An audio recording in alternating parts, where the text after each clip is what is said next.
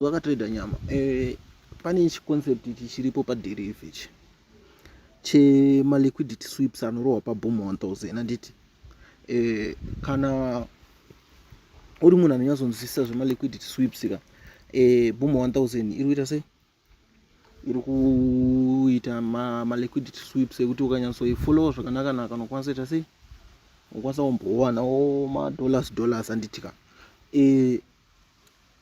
pamaentries andakarova handiti toda kuexplain about ichi liquidity concept yandakashandisa inini handiti right. Iboom 1000 saka ndani 2 days ndirimo ndakaita sei, ndakachibata handiti ndakachihoda.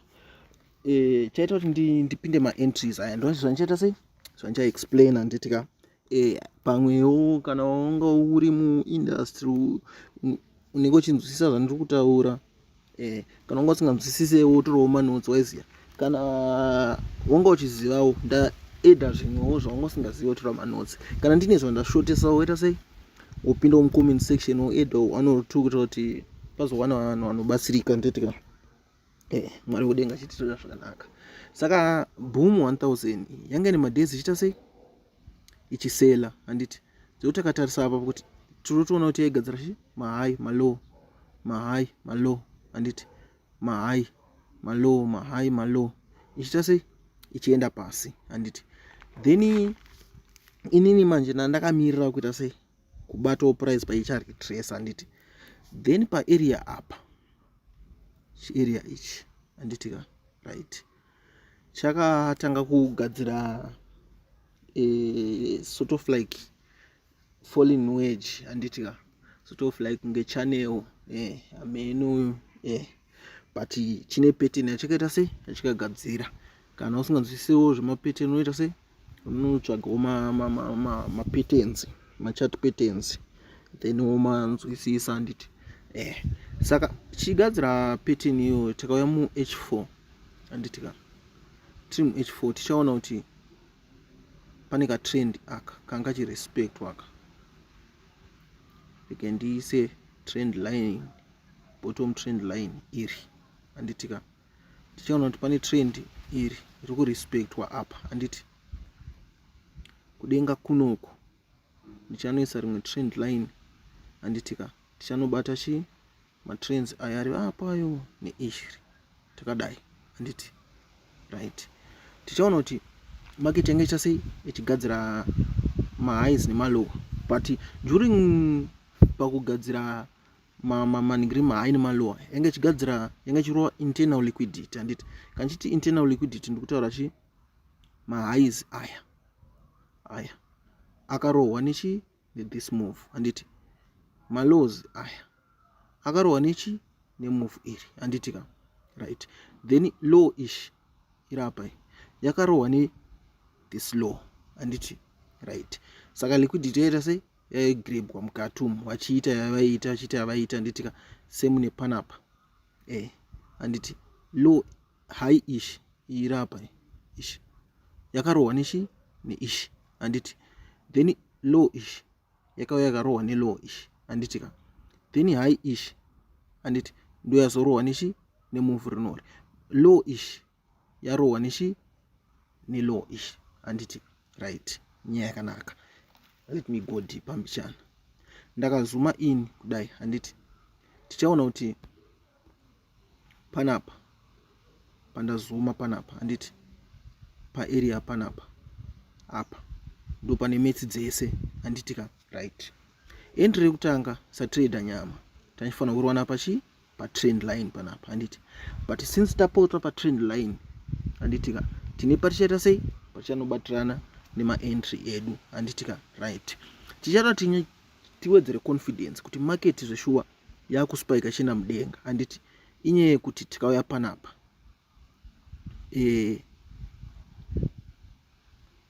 tikauya pano tichaona kuti market yedu yakagadzira chi area ishi, yanga iri area yesupport handiti. Pagadzirwa area yesupport ishi, market yedu yakauya ikarova 1, ikarova 2, ikarova 3, ikarova 4 handiti, which means kuti yanga iri strong chi support zone. vanhu vese vaipinda mabhayi apa handiti vaipinda mabhayi ipapo. Let me remove my arrows. Vaisa mastop loss avo papi? Ndo pane nyaya. Mastop loss evanhu aiuya chi kuzasi kunoku handiti right. Mastop loss ari kuzasi. Zvinhu izvi tinozviziva kuforex kuti market usually aiende isati yavhima vanhu. If you don't see liquidity, you will be the liquidity. Handiti right. Market yedu yadini alright, ndiise kanaka aka tiri musupport medu kaumu. Market yakabva yauya kupi uku, iri kuita sei? Iri kuya respecta this trend yobva yarova mastop loss ari papi? Mastop loss ese akazara chi muarea umu. Masmall accounts aita sei? Aputidzwa nekuti this is higher time frame, H4 time frame. Andipo pabatisisa patrader nyama bo ngatifambei zvedu. Taona zvese zvichiushandisa mahigher time frame, takuchiuya kusmaller time frame kuti tichitsvaga entry since taripotsa chi mumove ranga chitora liquidity iri. Handiti takunouya inini ndinorwa matime frame angu handizo maexpose zvangu handitika, but semwe still tikuanalyze tichifamba nechinhu chedu. Handiti move redu rerarwa liquidity nderipi panapa? Ndeiri. Handitika chimwe chikuita kuti tiwedzere confidence kuti market yedu ichabhaya inyaya iyi. Tikuonei satrader nyama, tikuona ka head and shoulder aka, andikuona tikuona arm iri, tikuona head iri, tuona rimwe arm iri. Handiti takuziva kuti zveshuwa market yedu chi yakuda kuenda mudenga. Handiti tichanopinda chi panapa paresistance panapa, tabreaka resistance. Handitika inyaya yakanaka, indasanda wana entry zvangu ipapo. Handiti ndakaimirira kuti iite ite zvairi kuita. Tabreaka resistance yedu ishi, tabreaka ne this move, market yedu ichadzoka ichitesta. Handiti pairi kudzoka ichitesta panei? Tichanotsvaga order block redu, move redu rapower chi move rabreaka. Tichanoona kuti tantine order block redu pa this area. Handiti topamba nechi bullish OB redu, then market paya retrace ake kutanga. Handiti apa let me zoom in kuti dare racho rinyatsobatika zvakanaka. Market yedu ya retrace ake kutanga ichiuya apa. Handitika tanopinda maentries edu, but ndoda kuti munotice futi kuti pane something chakanoitika. Handiti tikatarisa tikanyatsozuma panapa, handiti tikatora kasini kedu kana tikatarisa apa palow ish, handiti todzoka totarisa palow ish, tinoona kuti low ish yakauya kanopfuurira uku. Yakaita sei? Vakahanda ka liquidity kankaripo pazasi pechi pelow ish. Confidence zikuwedzera. Handiti market haihanda liquidity, isiri kuda kuita sei? Isiri kuda kuenda paburiswa vanhu kapa. Isusu tabva tapinda tabva taholda. Handiti chinoita kuzowedzera confidence taholda pai kuti chinhu izvo shuwa chakuenda. Tikutarisa pattern yedu yanga ichigadzirwa, then takuchipinda chi muhigher time frame, takuchiona type yema candlesticks ari kugadzirwa. Handitika patapinda first candlestick ratipa mari. Handiti iri redu ratapinda rered iri, nekuti tapinda chi kuwiki uku. Handiti next candle boom rauya. Handitika right. Chii chakuitika nguva dzinodzi? Takuchirova manje sell side liquidity.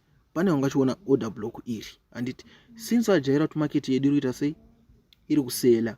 Handitika vakanopinda masell avo papi? Apo pa candlestick red iri. Handiti candlestick red iri rinotosela. Handitika nekuti ndere inducement. Toda kuti vanhu vaedhe chi more positions. Pavanoedha more positions ndechi ndesell. Vaedha masell, mastop loss avo ese ari kuzara chi kwatiri kuda kuti market iende. Handiti mapabatisisa right. Zvadaro chiona manje next candle zvarakazonoita ndiro iri rabva rabhura chi high ish. Handiti radaro rakanoita ngeri ka retracement mbichana. Handiti takadzoka ku time frame diki kanenge ka retracement kekuti pari kugadzirwa structure, takugadzira ma-highs nema-lows, ma-high low high low high low. Handiti market chiri irwachi masharp impulsive moves ichienda. Handitika saka I'm still holding ndo ma profits andaita account takaitanga ine 250 saka tikufamba nayo zvakanaka naka tichamboholda toona kuti tinosvika papi anditika but ndo concept yanachida kuti tiite sei titaimire paboom 1000 ish yema liquidity ish anditi muriona takatasa futi low ish yakaita sei ikachekwa apa andimuona saka zvinhu zvekutofanira kuonera ndikazuma in pa area apa anditi pa area apa tichaona kuti tantine tuma lows utu